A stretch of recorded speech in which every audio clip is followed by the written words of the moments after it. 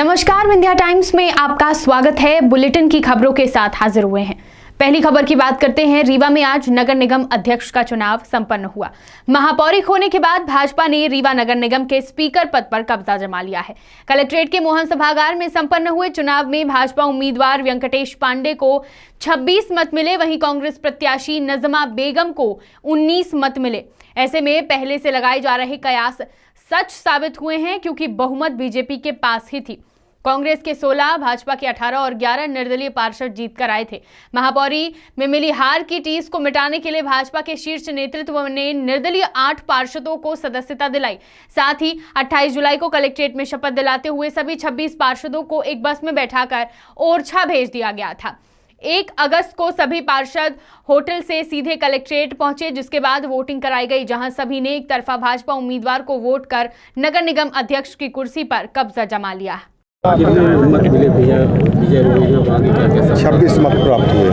अब आगे की क्या योजना है? आगे वही शहर के विकास के लिए जो भी प्रस्ताव आएंगे उनके सबको पक्ष विपक्ष जो भी है, सहयोगी दल जो भी है, उनको सबको साथ में ले करके और शहर का विकास हो उस पर प्रयास करेंगे। क्या लगता है कि सहयोग मिलेगा? बिल्कुल सहयोग मिलेगा। क्या योजना है? योजना क्या है? योजनाएं अब देखिए, अभी तो शपथ ग्रहण, अभी तो अध्यक्ष का चुनाव लड़े भी जीते, अब बैठेंगे देखेंगे क्या योजनाएं हैं, क्या उसको उसके बाद काम करेंगे। सबके सहयोग से, सबका सहयोग करके किसी जी क्रॉस वोटिंग का आरोप लगाया आपने। क्रॉस वोटिंग किसने की है? खरीद फरोख्त और क्रॉस वोटिंग। हमको तो वो कहते थे बाहर चले गए अपने उसमें, हम तो बाहर थे, हम तो रामलला के दर्शन करने गए थे। यही बोल रहे हैं कि खरीद फरोख्त किडनैप करके ले, खरीद फरोख्त करना होता तो खरीद आदमी जहाँ होते वहाँ करता है कि बाहर वहाँ जाके ओरछा में जाके रामलला में कर। किसको ले गए थे? एक तो नाम बता दीजिए, एक नाम बता दीजिए जिसको लेके गए हों। हमारे 6 पार्षद खुद रीवा में थे, हम किसको किडनैप? सब लोग गए थे। हार की बौखलाहट है ये। अब मैं ये शब्दों का प्रयोग नहीं करूँगा। रीवा जिले के मऊगंज के वार्ड क्रमांक 16 से युवा प्रत्याशी ने जनपद सदस्य का चुनाव जीता। चुनाव जीतने पर युवा प्रत्याशी केसरी प्रसाद तिवारी ने जनता का आभार व्यक्त किया और पहली प्राथमिकता युवाओं के लिए काम करना बताया। इसके साथ ही जनता के लिए रास्ता, आवास जैसी योजनाओं का लाभ पहुंचाने को भी प्राथमिकता बताई। सावन के पवित्र महीने में हर एक शिवालयों में श्रद्धालुओं की भारी भीड़ पहुंच रही है। रीवा जिले में भी सावन के तीसरे सोमवार देवतालाब शिव मंदिर में श्रद्धालुओं की भारी भीड़ देखने को मिली। देवतालाब शिव मंदिर में सुबह 3 बजे से ही श्रद्धालुओं का तांता दिखाई दिया। सुबह 5 बजे भी हजारों की संख्या में श्रद्धालु दिखाई दिए। शिव मंदिर के आसपास सुरक्षा व्यवस्था को देखते हुए सुरक्षाकर्मी भी लगाए गए थे और श्रद्धालुओं को किसी भी प्रकार से समस्या न हो, इसके लिए लगातार अनाउंस किया जा रहा था। श्रद्धालुओं को सतर्क और सचेत किया जा रहा था। देवतालाब शिव मंदिर में श्रद्धालुओं का यह मानना है कि यह मंदिर एक रात में भगवान विश्वकर्मा के द्वारा निर्मित किया गया था, जिस कारण से यहां पर आने वाले श्रद्धालुओं की हर एक मनोकामना पूरी होती है। सतना जिले के परियोजना कोटर 2 रामपुर बेला सेक्टर के अंतर्गत देवमऊ दलदल कछियान टोला में आंगनबाड़ी केंद्र पेड़ के सहारे चल रहा है। शासकीय प्राथमिक शाला और पेड़ के सहारे ही बारिश और धूप से बच्चों को यहां सहारा मिलता है। यहां पर पदस्थ आंगनबाड़ी कार्यकर्ता और सह कार्यकर्ता आंगनबाड़ी केंद्र का भवन न होने के चलते पेड़ की छांव के सहारे ही बारिश और धूप में बच्चों का मनोबल बढ़ाते हैं। बारिश ज्यादा होने पर आए दिन विद्यालय परिसर के बरामदे में बच्चों को बैठाया जाता है, जिससे प्राथमिक शाला के बच्चों को छोटे बच्चों का शोर शराबा सुनना पड़ता है। इसी रवैये के चलते आज प्राथमिक शाला की शिक्षा भी कमजोर पड़ती दिख रही है। अब सवाल ये है कि एक ओर प्रशासन और सरकार आंगनबाड़ी केंद्रों में बेहतर व्यवस्था देने की बात करती है, तो इस ओर किसी का ध्यान क्यों नहीं गया? सतना का ये आंगनबाड़ी केंद्र कई वर्षों पुराना है, पर इस केंद्र का भवन आज तक नहीं बन पाया। सिंगरौली जिले में संचालित नॉर्दर्न कोलफील्ड की जयंत परियोजना में काम एक महिला से दुष्कर्म का सनसनीखेज मामला सामने आया है। घटना को अंजाम एनसीएल के ही कर्मचारी ने दिया है। जानकारी के मुताबिक एनसीएल की जयंत परियोजना के गेस्ट हाउस में साफ सफाई का काम करने वाली एक महिला से परियोजना में ही काम करने वाले आरोपी विजय कुमार ने महिला के साथ गेस्ट हाउस के कमरे में बंधक बनाकर दुष्कर्म किया। घटना के बाद महिला ने विंध्यनगर थाने की जयंत चौकी में इसकी शिकायत दर्ज कराई। पुलिस ने आरोपी विजय कुमार को गिरफ्तार कर लिया है और कार्यवाही कर रही है। एडिशनल एसपी ने बताया कि पिता की मृत्यु हो जाने के बाद आरोपी अनुकंपा नियुक्ति में एनसीएल की नौकरी कर रहा था और आरोपी की नीयत गंदी हुई तो महिला को बंधक बनाकर उसके साथ दुष्कर्म कर डाला। पुलिस तत्परता दिखाते हुए सीसीटीवी फुटेज के माध्यम से यह सिद्ध हो पाया और तुरंत ही चौकी प्रभारी जितेंद्र भदौरिया द्वारा आरोपी को गिरफ्तार कर लिया है, जहां से न्यायालय से आरोपी को आज जेल भेज दिया गया। हाँ, ये एक मजदूर थी जो जैन के गेस्ट हाउस में काम कर रही थी, गार्डन वगैरह में। इसके साथ इसकी माँ, इसकी मौसी, जजेरी मौसी, इसका साथ में इसकी भाभी और ठेकेदार वगैरह पूरी टीम थी। ये महिला का कहना है कि वो जब अकेले की तरफ गेस्ट हाउस के दूसरे साइड जो नए कमरे बने हैं उस तरफ गई तो वहाँ पर रहने वाला एक व्यक्ति था, उसके द्वारा इसको कमरे के अंदर ले गया और इसके साथ में गलत काम किया। महिला के द्वारा बाहर निकल के बाद में अपने भाभी और परिजनों को जब बताया गया घटना के बारे में तो उन्होंने फिर रिपोर्ट करने की बात की। उसके साथ महिला चौकी जयंत पहुंची, जहां पर गंभीरता से लेकर हुए थाना प्रभारी, चौकी प्रभारी के द्वारा तत्काल प्रकरण पंजीबद्ध कर लिया गया है। मामले को विवेचना में लेके और मतलब घटना के जैसे ही घटना की पुष्टि की वहाँ पर सीसीटीवी कैमरा भी ले गया, उपस्थिति भी क्लियर हुई। उसके बाद तुरंत ही आरोपी को गिरफ्तार कर लिया गया है, उसको न्यायालय पेश किया जा रहा है। वैधानिक कार्रवाई पुलिस कर रही है। हाँ, आरोपी जो है वो अनुकंपा नियुक्ति पर 2017 में अपने पिता की मृत्यु के बाद उसमें एनसीएल में भर्ती हुआ था और लगभग 4 साल से वो उसमें कार्यरत है।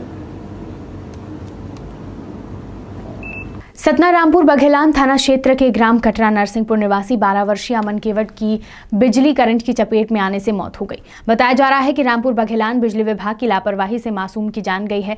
वहीं जानकारी मिली कि कई दिनों से ग्राम नरसिंहपुर कटरा के अहरी टोला में बिजली तार टूटकर जमीन पर पड़ा था। इसकी सूचना विद्युत विभाग को बार बार दी गई लेकिन सुधार नहीं हो पाया। परिजनों ने सतना रीवा रोड पर स्थित छिबौरा मोड़ पर शव रखकर जाम लगाया और कनिष्ठ अभियंता व लाइनमैन पर मुकदमा दर्ज करने की मांग की। वहीं सूचना के बाद रामपुर बघेलान एसडीएम सुधीर कुमार बेग और डीएसपी हेडक्वार्टर सतना ख्याति मिश्रा मौके पर पहुंचे। परिजनों को समझाइश देकर अवरुद्ध मार्ग को बहाल किया गया। बुलेटिन की आखिरी खबर की बात करते हैं। शहडोल जिले में संदीप हत्याकांड का खुलासा गोहपारू पुलिस ने किया है।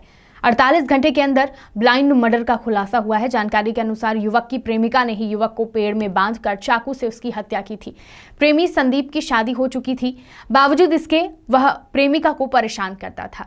प्रेमी संदीप की प्रताड़ना से तंग आकर प्रेमिका काजल ने नए प्रेमी अफरोज के साथ मिलकर पुराने प्रेमी संदीप को मारने की साजिश रची। प्यार का वास्ता देकर प्रेमिका काजल प्रेमी संदीप को जंगल ले जाकर सराई के पेड़ में हाथ पैर बांधकर सर पर चाकू से वार कर उसे मौत के घाट उतार दिया। बता दें, गोहपारू थाना क्षेत्र के सोन टोला में 29 जुलाई को यह हत्या को अंजाम दिया गया था। सर, पुलिस ने एक अंधी हत्या का खुलासा किया है, क्या मामला है, कैसे होती है? शहडोल के पुलिस अधीक्षक कुमार प्रतीक और उनकी टीम के द्वारा इस अंधे कत्ल को, इस अज्ञात व्यक्ति द्वारा किए गए कत्ल को, जो कि विरल से विरलतम श्रेणी में भी आता है, सनसनीखेज अपराध की श्रेणी में आता है, तो इस प्रकरण में डिटेक्शन किया है और इसमें जो आरोपी है वो एक महिला है जो कि मृतक की दोस्त रही है। उसके द्वारा इस पूरी घटना को अंजाम दिया गया है और उनके सहयोग और षड्यंत्र में एक व्यक्ति और है, वो भी इसमें गिरफ्तार हुआ है। मुझे उम्मीद है कि पुलिस अधीक्षक पूरी निष्ठा और पूरी ईमानदारी और पूरे वैज्ञानिक दृष्टिकोण और फॉरेंसिक दृष्टिकोण के साथ साक्ष्य समेत माननीय न्यायालय में शीघ्र चालान प्रस्तुत करने में कामयाब होंगे। मेरी उनसे शुभकामनाएं। हत्या का कारण क्या है सर? हत्या का कारण इसमें जो मृतक की सहेली थी, जो आरोपी इस प्रकरण में गिरफ्तार हुई है, उसने अपने ही कथन में, अपनी संस्वीकृति में बताया है कि ये लड़का मृतक उसका दोस्त यद्यपि था, परंतु इसकी जब शादी हुई तब से इसने मना किया कि मुझसे मत मिला कर, लेकिन ये उसको स्टॉकिंग करता था, फॉलो करता था, ताड़ित करता था। तो जिस दिन ये घटना हुई है उस दिन इस महिला ने पूरा कृत संकल्प करके, ये निश्चय करके कि आज यदि ये परेशान करेगा तो उसको बता देंगे। तो इस पूरी कड़ी में जो एक शख्स और है अंसारी नाम का, उसका भी योगदान रहा है, जिसके द्वारा इसमें चाकू आदि का जो मुहैया कराया है, जो अवेलेबल कराया है। और इस पूरे प्रकरण में जो एक बहुत ही महत्वपूर्ण चीज़ सामने आई है कि जो मृतक है उसके पास से या उसके घर से एक दूरबीन मिली है तो दूरबीन से उस महिला का कहना है कि ये अपने घर के यहाँ से आते जाते उससे ताड़ता था, उसे देखता था, और जिसको लेकर उसने अपने पिताजी को भी कुछ मामूल बताई थी। उसके पिताजी के द्वारा भी इसके घर जाकर या इस व्यक्ति को जो मृतक है समझाया गया था, लेकिन उसके बाद भी ये घटना बंद नहीं हुई। तो लिहाजा महिला इतनी पीड़ित और प्रताड़ित हो गई कि उसके द्वारा इस घटना को, इस नृशंस हत्या को अंजाम दिया गया। और इसके मूल में कुछ मोबाइल और कुछ चैट्स और कुछ फोटोग्राफ्स, वो भी लेन देन की बात इसमें थी, जो कि आगे विवेचना में मुझे उम्मीद है कि पुलिस अधीक्षक उनकी टीम इसमें पड़ताल करेगी। सर, हत्या चूंकि विंध्य की तमाम खबरें लेकर कल फिर हाजिर होंगे। देखते रहिए विंध्या टाइम्स। बहुत बहुत धन्यवाद।